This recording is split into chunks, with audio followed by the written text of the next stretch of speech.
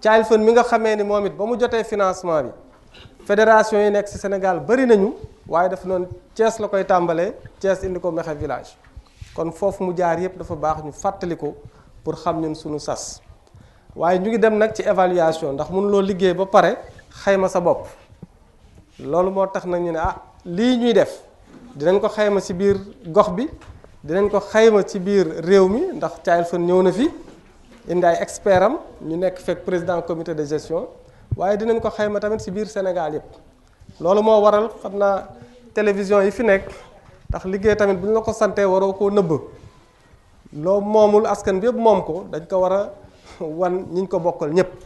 moo tax ñu gërëm suñu mbokk télévision yi waa TFM Sen TV 2S ñoom ñëpp ñu fi nekk macha allah liggéey bi nag dañ ko tàmbale woon amoon kilifa guñ ci jàppale maanaam nekkoon ci expert bu Sénégal yëpp soxla woon muy doyen Cheikhou Touré wër nañ ko nag ay weer doon seet fa mu ne ndax fu ñu laajte ñu ne ñu yéen li ngeen a bëgg dafa jafe am na daal benn kilifa goo xamee ni di wër Sénégal kenn xamul fu mu ne kooku daal lañ am yaakaar ne su ngeen ko gisee li ngeen bëgg dina mën a nekk moo tax it ñu ànd seeg Child Fund wër ko ba yàlla def ba ñuy taseeg moom ñu naan dana jafe lool mais moom mu gën ñu koo bëgg jiituñu si taxawaay boobu nag ba tey dem nañu sax ba ñun moo ñuy sonj di ñu si topp nit bu leen ma jàppee consultant jàppee leen ma ne ku si bokk ndax yéen ëppaleetu leen ma ci donc ñaari kilifa yooyu lañu àndal liggéey si beneen bi mooy kilifa gi yàlla jiital ci fédération muy président Amadou Sy Kane moom laay wax bés bu nekk ni fu ñu dem il faut que ñu koy feeñal di ko fësal parce que kat am na lu ñu nar a topp ndax kilifa goo xamee ne du la woon mukk ni moo jiitu day nekk ci ginnaaw ñun mu jiital ñu naan manager baa ngay wax yaakaar ni lépp la ci fekk ni lépp ñoom la moo tax tey tamit mu ànd ak président wu fédération bi association yi ci nekk yépp fukk ak ñaari association ñoo bokk fédération bi président yi ñëw nañu mais daf si boole tamit invité présidente réseau yi nekk ci fédération bi yépp mooy présidente yi toog ci ginnaaw ñëpp Thiès lañu jógee Fandène Babac ñëpp ñu ngi fi tey gane ci tund Mekhe loolu tamit day wane ni fédération bi mu jiite yàlla jàppale na ko ci ba yéeneem pour ñu nekk benn lii wane na ko donc ñoom ñëpp tey ñu ngi fi léegi nag li ñuy def ci liggéey bi mooy que tey dañoo convocation bu gàtt bu jàmp mais chef de service yëpp wuyu si loolu tam nekk fi richesse bi ñu am mooy service yëpp yi ñu am yaakaar ni mën nañ ci dugal seen loxo ñëpp wuyu si nañ ñoom ñëpp ñu ngi fi tey donc bu ñu amee nag lu tolloon ci service di ay service technique maanaam ñoom la fi nguur gi teg pour liggéey yi mel nii fànn yëpp muy agriculture bi di élevage bi di protection xale yi lépp ñu ngi fi ñooñu bokk yëf yi ñu bëgg a waxtaan ak ñoom xamal leen ne baax na nag bitim réew di ñu dimbali waaye bu ñu ñëwee nañu fekk ni ñun ñoo ci jiitu taxawaay boobu nag lañu bëgg a taxaw ki lay gunge tamit ni ñetti at laa lay gunge bu ko wan tamit ni am na ku koy wax keroog ni gunge ba namuñ ci ba muy àgg ba mu àgg gunge la ba mu àgg moom baaxul ki lay gunge bu demee nag ba nga toll fenn ci yoon bi war na mën a dem nga takk sa fit dem rawatina nag bu la sa mbokk yeeg service technique yépp gunge loolu nag la ñu bëgg a xam ni fii tund Mekhe bu partenaire bi taxawoon tey sax xel mën na dal ndax maire yi taxaw nañu service technique yi taxaw nañu ci wetu góor gi ak ay ñaanam pour ñu wéyal projet bi ñooñu nag tey la ñu ñëw ànd ak doyen Cheikhou Touré ñu woo tamit waa tund Mekhe ñu wuyu ci nañ daan wuyoo yenn saa yi damay tooñ surtout benn association bu nekk Thiès benn rek laa wax nag moom xam na boppam naa boo leen joxee rendez-vous 8h30 soo ñëwee 8h35 tàggu nañ la doo fa fekk kenn soo leen nee 5h laay pare boo xawee pousse ba 5h30 ñu ne non 5h nga waxoon dañuy taali wala dañuy dem leneen waaye nag du sama association gorom moom génn naa ko si waaye fii dañ fi am tamit monsieur le maire loolu aussi dañ ko wax fii parce que on a fait 3 ans ensemble dafa am yoo xamee ni day nirow répétition mais dafa baax ñu koy wax mooy exemple bi ñu gis fii si Tundu Mekhe waxuma sax góor ñi mais surtout jigéen ñi ndey daara yi ni ñu takkoo discipliné ñoo fiy jiitu ñoo fiy mujjee jóge te xam nañ fa ñuy ñibbi ndax ñun nii guddi gi yenn saa yi dañuy am kersa sax taal suñu oto dem ndax dafa am ñoo si taseel si yoon bi ñuy dox wala ñuy dugg charrette si lëndëm gi te mu leer na ne yéen a leen fi indi mais ñooñu tamit tey je crois que bu ñu fi toogee war nañ leen féliciter encourager leen si taxawaay bi ñu def ñu taxawal tamit comité de gestion boo xamee ni commission yëpp ñu ngi fi commission yëpp tey yore nañ seen ay këyit ak seen i bagage wax ñetti at yi li ñu liggéey ñoom dinañu fësal si wetu doyen Cheikhou Touré li ñu fi liggéey sama jarbaat moom pare na bu yàgg mu ngi nii sama jarbaat ji sëñ laat waaw moom pare na moom da lay jox chiffre ak date yëpp pare na donc tey bu ñu ñëwee ñun ñëpp fekk si Tundu Mekhe experts yi nekk fi service technique yi nekk fi doyen Cheikhou Touré va organiser la journée organiser session bi ba bu ñu fi génnee bu ñu paree moom suñ ko mayee diir mook service technique yi dinañu tënk li ñu fi def yépp ci këyit ñame ko wan nag ku nekk ni commission bu nekk liggéey nañ fi lii fii lañ ci toll fii la ñu bëggoon a dem wala fii la ñu waroon a dem fii lañ ci agsi ak suñ naree continuer fa ñuy jaar ak ñan la ñuy àndal donc loolu mooy solo bés bi moo tax ñu rafetlu taxawaayu waa dëkk bi ñoom ñëpp ñu ngi fi commission yëpp ñu ngi fi service technique yaa ngi fi consultant bi mi ngi fi. Je m'appelle Cheikhou Touré, expert en qualité de l'éducation. Je suis dans une ONG aussi qui s'appelle Endagraph Sahel. Et aujourd'hui, je suis consultant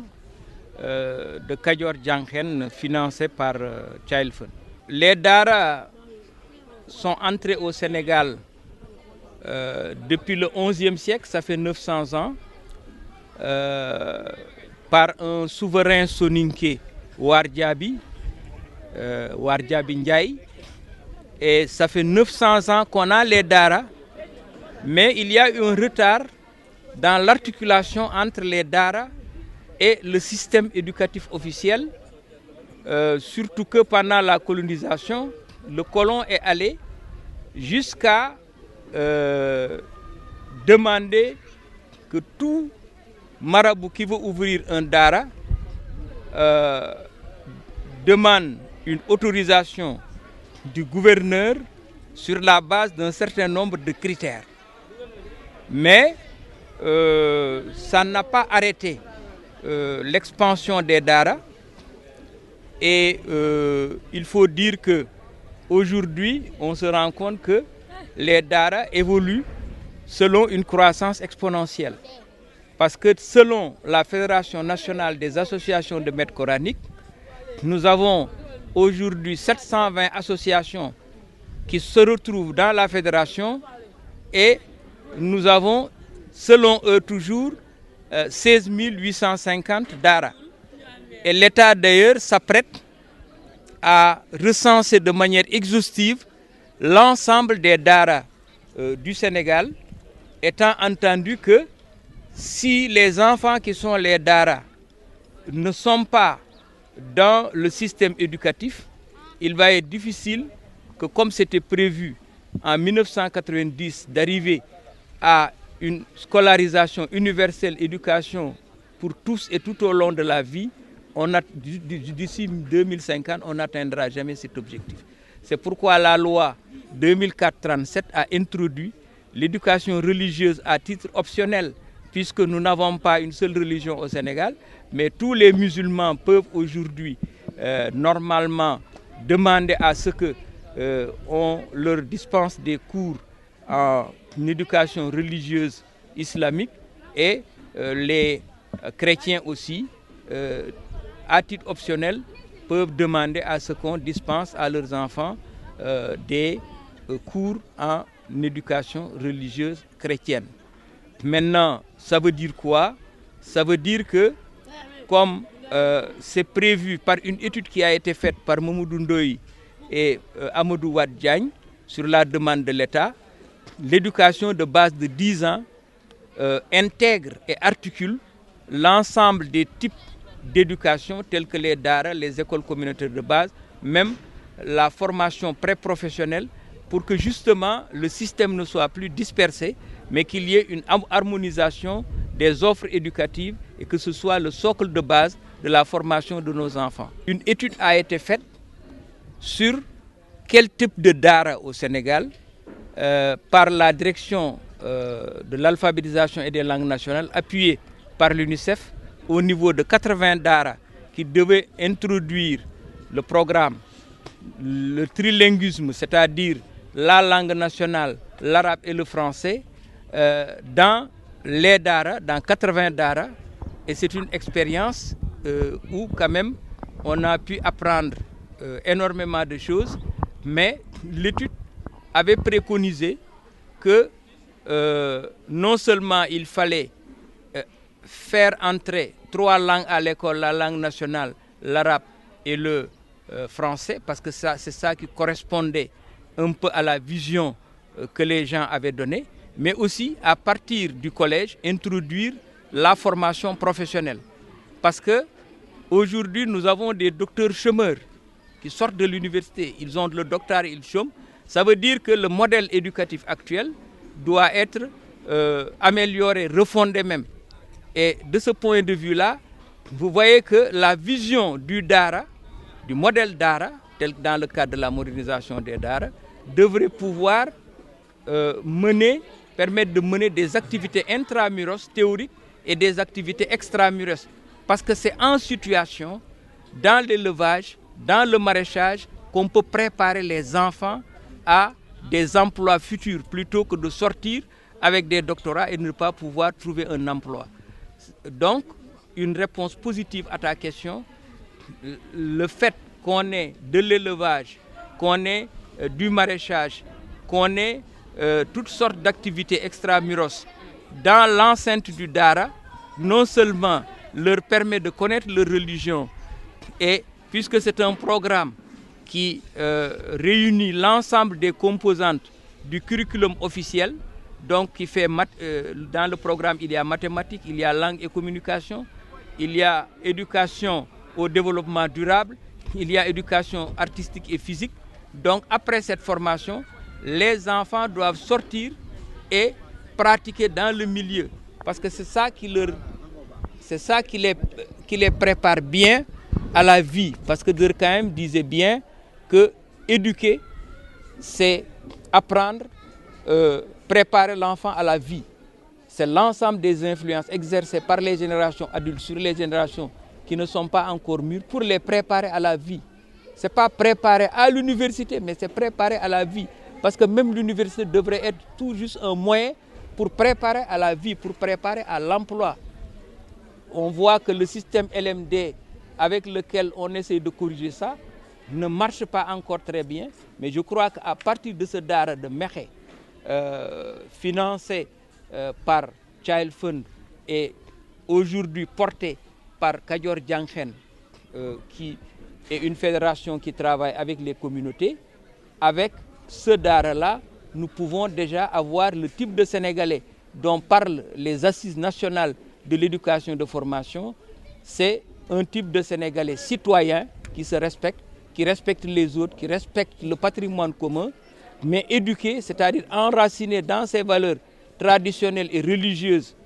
mais aussi compétent dans un ou deux métiers pour pouvoir entrer dans le marché du travail et travailler en harmonie avec sa société, plutôt que de faire comme ce qui se passe au Nigeria, où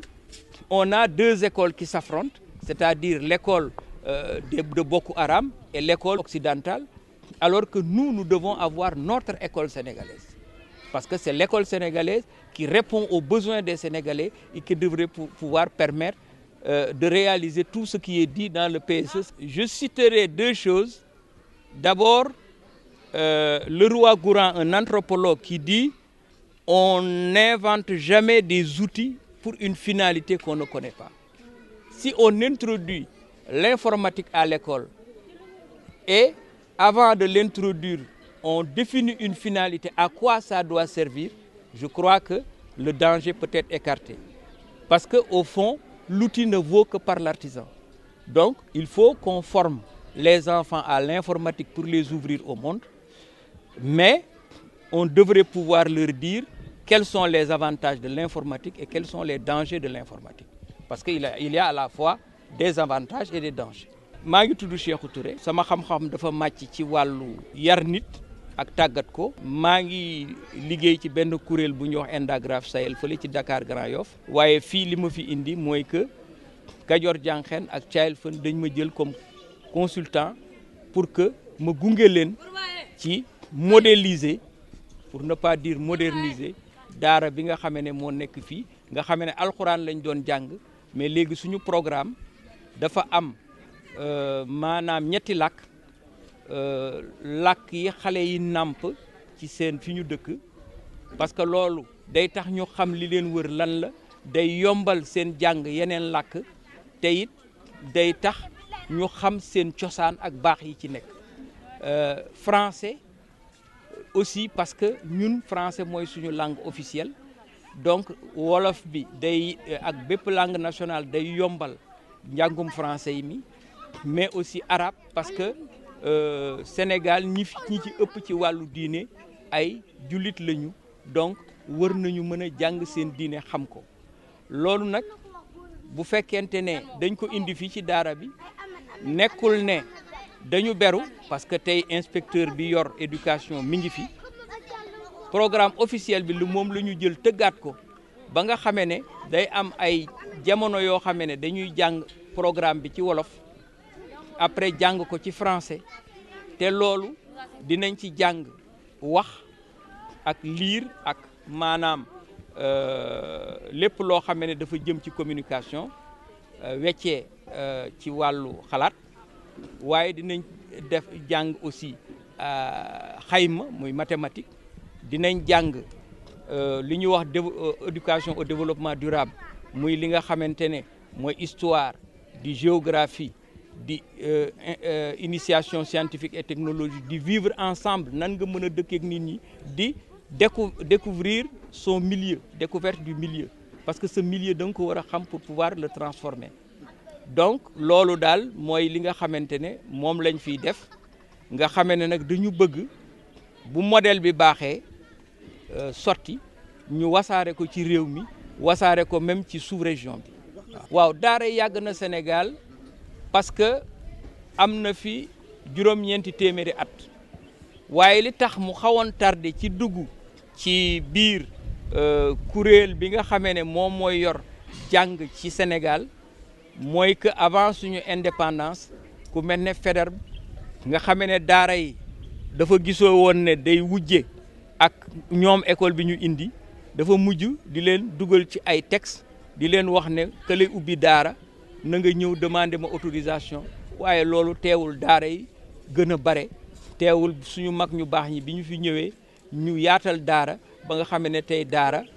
fédération association maîtres coraniques yi nee nañu seen association juróom-ñaari téeméer lu ëpp juróom-ñaari téeméer ci ay daara la ñu am te it ndongo yi ci nekk di jàng wër nañu mët fukki junni ak juróom benn ak lu topp kon nag bu ñu bëggee xale yëpp jàng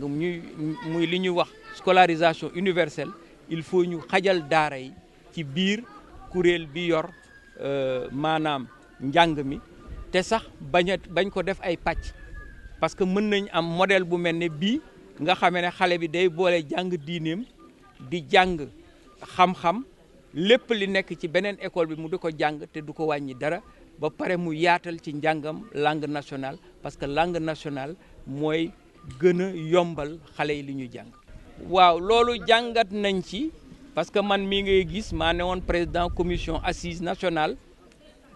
commission bi yoroon gouvernance man maa doon président bi nga xam ne juróom-ñaari commission la woon région yëpp waxtaane nañ ko waaye boo gisee la ca génn mën nañ ko tënk ci benn baat benn kaddu mooy sénégalais bi ñu bëgg dafay respecter boppam du yàq boppam day sàmm kàddoom et cetera mais day respecter ñeneen ñi du jël di tux ci seen kanam di leen jox cancer mais day respecter aussi lu ñu bokk parce que tey jii boo jaaree ci tali bi gis nit ñi ni ñuy dawale duñu respecter code de la route loolu yëpp ci problème mu citoyenneté la te yéen a bokk tali bi wala jël sa mbalit dem sànni ko ci mbedd mi loolu yëpp dañ ci war a yar nit ñi muy citoyenneté mais éducation aussi war nañ ko am muy suñu maam yi bàyyi nañ fi ay baax yu ñu ko leen war a jàngal yoo xamante ne daf leen di defar suñu diine yi aussi indi nañu loo xam ne day defar nit parce que nit bala nga koy jox alal wala nga jox ko xam-xam na nga ko tabax d'abord donc bi ci mujj mooy dañ leen war a jàngal métier tey jii am na ñuy dem ba am doctorat bu ñu génnee du ñu liggéey mais ku liggéeyul nan ngay mën a ñaqe di dunde sa ñaq loolu mënul am kon école bi dañ ko war a changer ba nga xamee ne nit ki dina nekk citoyen dina am yar dina jële ji sax ay valeur ci biti mais valeur yooyu du leen weccee ak li nga xamee ne mooy tax mu nekk sénégalais loolu ñu jàngal ko métier nag à partir du collège ñu commencé di ko ci tàggat mooy tànn métier bi mu bëgg pour que ëllëg ak si biir mu mën a dunde ñaxam waaye it mu mën a dund ci biir société am te du am jàmmaarloo parce que ñëpp suñu bokkee nekk ci benn modèle comme Daara Mékhé bii defe naa ëllëg ak si biir jàmmaarloo du am ñii duñ ne ñun ay école coranique kese la ñu nekk donc léegi il faut ñu bokk ñii ne français école française moo wën a raw nangam mais ñoom dañuy jàngandoo lépp ba nga xamee ne ñoom ñooñu tane sax ñun tey ñi bëgg tabax modèle daara boobu parce que ñun bi ñuy dugg par exemple man maa ngi dugg en 1953 ci école mais booba école coloniale la woon boobu français kese laay jàng mais pourquoi ngay jàng te jow jàng sa làkku réew pourquoi boo nekkee musulman wala chrétien doo jàng sa diine loolu yëpp dafay defar nit te ñun loolu la ñu wut ci daara bi pour que mu mën a wasaarewu ci Sénégal wasaarewu ci li ñu wër yëpp muy sous région bi. boobu ñu yeewoo dañuy jàng alxuraan bu ñu paree ñu dem bu ñu wàccee heure yi nii après midi ñu dem jëli añ bu ñu ñëwee dem jàngaat lundi ñu dem informatique lundi soir ñu dem informatique ak vendredi matin ñu dem informatique. daara njàng bi normal na ñu ngi ci état bu baax. tool bi amoon nañ njëriñ dinañ dimbali si wér-gu-yaram ndax bëgg nañ li ñu fiy def dinañ dimbali tamit ci suñuy moyens njàngum informatique bi am na njëriñ ak njàngum alxuraan bi ndax jàngu alxuraan boole ko informatique bi am na importance. Je m'appelle Alioune Sarr, je suis le manager de la fédération Kadior Dianken, qui est partenaire local de Child Fund entre Thiès et Tivaouane. Aujourd'hui, nous sommes en atelier d'évaluation du projet Dara Plus 2, que nous appelons Dara Plus 2, dans la commune de Meouane. Le projet Dara Plus 2, c'est une innovation de la fédération avec son partenaire Kadior Dianken. C'est une réponse que nous essayons d'apporter à la problématique de la mendicité au Sénégal. Voilà, donc depuis 3 ans, nous nous sommes dit que ce phénomène est en train de se répandre, mais il n'y a pas de proposition de solution et de proposition d'alternative. Et nous sommes dans la proposition d'alternative à cela. Et nous nous sommes engagés depuis 3 ans à mettre en place un modèle de Dara, et un modèle dans lequel nous essayons de voir comment accompagner les Dara. Comment accompagner les talibés, mais en mettant à côté un projet de vie pour tous ces talibés-là. Pour voir dans l'avenir qu'est-ce qu'un talibé sorti d'un Dara pourrait apporter à sa communauté et qu'est-ce qu'il pourrait devenir. Voilà. Donc c'est cette expérience que nous sommes en train de mener depuis 3 ans. Et comme nous le disons, nous avons essayé de mettre en place un paquet d'activités. Et dans ce paquet d'activités, il y a 2 piliers essentiels que sont l'éducation et la santé des enfants. Et dans le domaine de l'éducation, nous avons essayé de mettre en place le projet de TFP, la formation professionnelle qui s'adosse au trilinguisme, c'est-à-dire à l'introduction de 3 langues pour l'apprentissage. Donc les enfants sont initiés en français, à l'arabe, mais également à la langue locale, le Wolof. Et à côté, que ces enfants-là aient une formation professionnelle. Au niveau de la santé, nous avons essayé d'impulser la dynamique communautaire pour permettre à toute cette communauté-là, à côté des Ndaï Dara, de mettre en place des stratégies pour circonscrire les méfaits de la malnutrition au niveau des talibés. Et en définitive, à côté de ces deux programmes, nous avons dit qu'il faut toujours mettre un terme à l'accompagnement, surtout à l'accompagnement de partenaires extérieurs. C'est possible, à partir du niveau national, de mettre en place des stratégies qui permettent de prendre le relais. Aujourd'hui, nous y sommes, nous venons de boucler les 3 ans et nous sommes là avec toute la communauté. Nous avons mis en place avec cette communauté-là un comité de gestion et ce comité de gestion a tous les organes, des commissions élevage, une commission qui s'occupe de la santé des enfants, une commission qui s'occupe des aspects pédagogiques et une commission entrepreneuriat. Et aujourd'hui, ce sont ces commissions qui sont en évaluation. Chaque commission est en train de décliner sa feuille de route et de dire ce qu'elle a déjà fait, ce qu'elle a déjà fait du moins, donc où est-ce qu'elles en sont. Et maintenant, nous sommes face à l'avenir. Donc le partenaire est obligé de s'arrêter quelque part. Mais aujourd'hui, qu'est-ce que nous devons faire pour la pérennisation? Dans ce Dara, en 3 ans, il y a eu une construction d'un bloc dortoir, où les enfants maintenant sont dans un habitat assez décent. Il y a eu une construction également d'un cycle complet de l'élémentaire. Et il y a eu la mise en place également, l'introduction des nouvelles technologies de l'information. Surtout, il y a une salle informatique. Et en 3 ans également, nous avons vu que ce Dara fournit quelques résultats et qui ont permis que ce Dara-là puisse être sélectionné dans le programme déroulé par la Banque mondiale pour accompagner les talibés. Et aujourd'hui, ce projet-là est entré dans cette phase. Maintenant, à côté de tout ça, il faut mettre en place des dispositifs de pérennisation. Le premier dispositif, c'est la mobilisation des ressources humaines. Et aujourd'hui, nous avons vu qu'il y a une grande dynamique. Nous avons vu un engouement de ces Ndeyi Dara qui se sont appropriés ce projet et qui sont en train également de faire des actions extraordinaires en direction des talibés. Il y a eu également le fait que les enfants doivent produire ce qu'ils mangent. Et nous avons vu qu'il y a une expérience. Ils ont mis en place une surface maraîchère et ce sont les talibés qui participent avec l'appui d'un technicien agricole à la mise en valeur de cette surface maraîchère.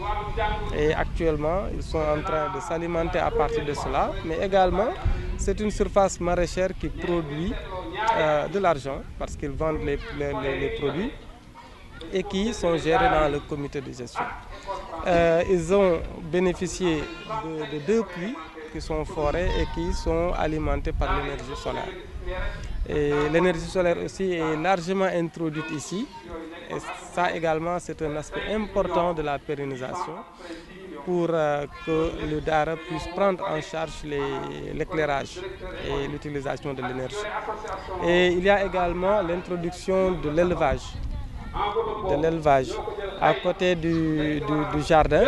il y a un cheptel qui est en train d'émerger, des vaches, des moutons de race qui sont en train d'être élevés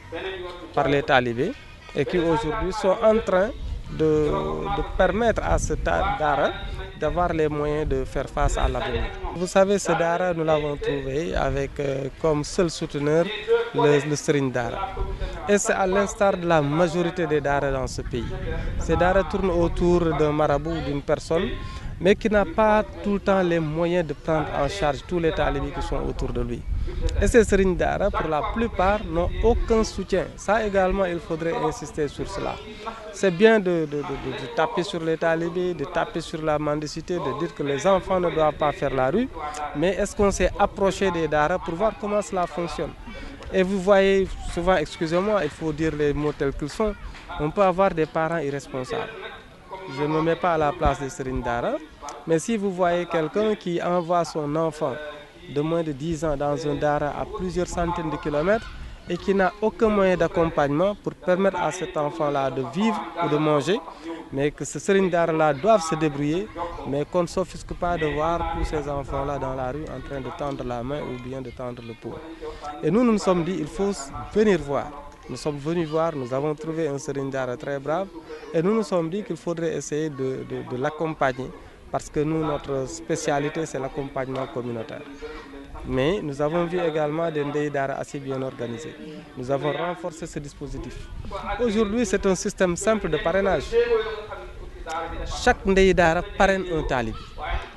Chaque ndey daara prend en charge la restauration d'un talibé. Mais cela peut se faire au niveau de tout le Sénégal. Nous sommes une communauté extrêmement solidaire.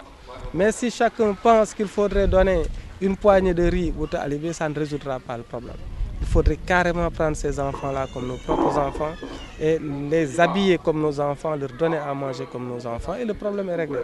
Et c'est ce qui est en train d'émerger ici pour dire que ce n'est pas impossible. Aujourd'hui, tous les talibés de ce dara-là sont parrainés par des mamans qui sont là. Et ce sont ces mamans qui les accompagnent au niveau du verger. Ces mamans-là qui prennent, chaque maman a 2 moutons qu'on lui a confiés, plus un géniteur, et ces mamans-là sont en train de s'occuper de ces enfants-là. Oui, vous savez, les autorités sont là pour la communauté. Et je crois que, comme on a l'habitude de le dire, ces communautés également ne devraient pas dormir et attendre tout de l'État ou des collectivités. Mais en retour, si ces communautés-là font le pas, font un grand pas, il faudrait que les autorités aussi tendent la main et que ces autorités-là les montrent en exemple. Aujourd'hui, un dara comme celui-là doit impérativement être accompagné parce qu'ils ont montré des choses concrètes. Vous ne pouvez pas venir ici sans voir une centaine de ndey dara mobilisés. Ce sont des femmes, de braves femmes qui travaillent et qui peuvent bénéficier de l'appui des collectivités et de l'État. Vous voyez ici également des jeunes qui ont pris en charge l'éducation, qui sont en train d'enseigner bénévolement. Ils ont aussi besoin d'accompagnement. C'est le sens de cette évaluation aujourd'hui. Nous avons invité tous les services techniques de Thiès, département Thiès-Tivaouane. Ils sont ici avec nous. Nous avons essayé de rapprocher l'AMO, qui est un service qu'on doit mieux connaître et qui travaille sur la protection de l'enfant. Ils sont là. Vous avez le service technique de l'éducation. Nous avons d'autres services, mais mieux, nous avons aussi les collectivités locales, surtout la mairie de Mewan, qui fait d'excellentes choses. Mais ce qu'il faudrait dire, c'est que maintenant, il est temps que ces collectivités-là s'engagent à côté de ces communautés. Ici, Mekhe Village, dañ fi nekk ñetti at di jàppale daara Serigne Tafsir Demba Ndoye. Mu nekk daara boo xamee ne dañ ko ràññee ci daara yi ndax sëriñ bi dafa nekk jàmbaar di ci góorgóorlu waaye tamit ñu gis jigéen ñi wër daara ci ñoom ñëpp ñu dugal ci seen loxo ci la Kajoor Jànqeen ñëw ànd ak partenaire am di Thiagne Fan ñëw di jàppale ci daara ji parce que tamit dañu naan suñu jàppalee nañu jàppale ki nga xamee ni tëddul di xaar ñoom dañ leen fekk ñu jóg taxaw moo tax ñu ànd ak ñoom liggéey nañ nag ñetti at ak ñoom ci fànn yu bëri ba am ci ndam yu bëri tamit ak ñoom tey jii ci biir daara ji dañ ni kat bu ñu nekkee di leen jàppale fii léegi diir nag war nañ mën demal seen bopp moo tax nag ñu waajaloon ko waajal ko moo doon ñu teg fi loo xamee ni après dina mën a am lu mu jur dina am koom-koom gu mu jur loolu nag biñ ci taxawee dañu ni daara dafa mës a ànd ak ñaq maanaam ak mbay wala liggéey moo tax ñu def fi tool boo xamee ni taalibe yi ñoo ci dugal seen loxo di ko suuxat lu fa génn ñoom ñu dundee ko parce que li ñu war a xam mooy xale yi dañu war a am li ñuy wax dignité xale yi dañu am dignité ay nit lañu comme ñun ay doomu aadama lañu comme ñun waruñu di mën a parce que amul kenn ku mu neex ngay tàllal sa loxo donte taalibe waaye ñu gëmloo xale bi ni war na mën a bay la muy lekk bu yoree potam dem di yelwaan sarax nañ ko saraxuñ ko na bay toolam di ci dundi loolu nag moo am fii tool bii nekk suñu ginnaaw xale yi ñoo koy bay ndey daara yi tamit Sénégal dafa nekk réew boo xamee ne jigéen ñi dañu laabiir te tamit dañu mën dimbalante kuy doxandéem sax boo ñëwee ñu jàppale def la ni seen doom moo tax fii nag ñu gis ndey daara yi taxaw fi xale bu nekk nag benn ndey daara nekk ci ginnaaw di ko sang di ko solal yëreem di ko jox boolam bu set bu sell muy lekk añ ak reer ak ndékkeem loolu nag moom moo fi am moo tax nag bi ñu ne kat partenaire bi jàppale na leen waaye nag dañu war a wéyal seen bopp moo tax ñu def fi tool def fi tamit élevage maanaam di yar ay jur yooyu tamit ndey daara bu nekk ñu fexe ba mu am moom tamit jur gu mu yóbbu ci këram di ko suuxat la ciy jóge tamit mu ciy jàppale taalibe bi donc yooyu tamit mi ngi fi waaye tamit affaire énergie parce que sëb bi ñu daan taal tamit wóoratul xale yi am nañu léegi dortoir waaye dortoir yi courant moo koy taal moo tax nag ñu dem wuti ji énergie solaire xamee ni comme borom bi moom facture am daf ñu koy baal moo tax ñu dem jëli ji énergie boobu nga xamee ni fii ñàkku fi surtout biir Kajoor gis nañu sax projet bu mag bi fi état bi def temps yi jëmale si énergie solaire mais tamit dañ si am mbégte parce que fii si daara ji la tàmbalee donc loolu tamit bokk na si dispositif de maanaam yi ñu bëgg daal mu wéyal mbir mi waaye li ñu wax ñun si Kajoor Jànq mooy que ne ñun dañu taxawal suñu bopp ba pare waaw bitim réew mu ngi ñuy jàppale keneen mu ngi ñuy jàppale waaye nañ ñu fekk ñun ñu taxaw ba pare loolu moo tax nag ñu ne ku ñuy gunge tamit bu la nit di gunge nag bul ne par force daf la war a gunge ba mu àgg am na ñu naan gunge sax àgg baaxu ci donc bu la gungee ba ci diggu yoon bi war ngaa mën a continuer loolu nag si la ñu nekk fi mu toll nii pour wéyal projet bi. li ñuy wax collectivité locale yi rek mooy que bitim réew daf ñoo warul jiitu sax si sunuy collectivité ak si sunuy population suñuy waxante dëgg rek programme yi ñu ngi fi waaye duñu xaar ba waa bitim réew ñëw ñun ñu soog see topp dañu war a jiitu surtout nag bu ñuy dimbali koo xamee ni tëddul jaaxaanu dafa jóg taxaw di waaxu mais dafa amul moyen fii gis nañ fi ndey daara yoo xam ne ku leen jàppale ñu nekk modèle si Sénégal yëpp ndax ndey daara yoo xam ne par fukk la ñuy def ku nekk jël sa fukki doomu taalibe bi ñuy xëy ci tool yi liggéey ba heure jàng jot ñu dem noonu lañ ko toppee ba meññeef yi ñor ñu dugg si oto yi dem jaayi ko koom-koom gi ñu indi jox taalibe bi mais kooku nag collectivité sax lay liggéeyal moo tax ñu ne collectivité locale bu mu mënti doon rawatina nag bii ñu nekk nañu jóg ñu jàpp si maanaam tey waruñu naan na bailleur bi toogaat man bokkuma si ñi bëgg naan bailleur na toogaat benn fan wala ñaari fan lii fi nekk nag dafa dal xel parce que service technique yëpp ñu ngi fi wàllu njàng mi gis nañu inspection ñu félicité inspection wu Tivaouane ñu nekk fi gis nañu waa santé ñi ngi fi waa AEMO yu yore protection ñi ngi fi yeneen service yëpp mobilisé nañ leen maire Meewaan tamit ndawam mi ngi fi moo tax ñu ne am nañ tuuti espoir waaw espoir nag waaye nañ ci gën a jàpp.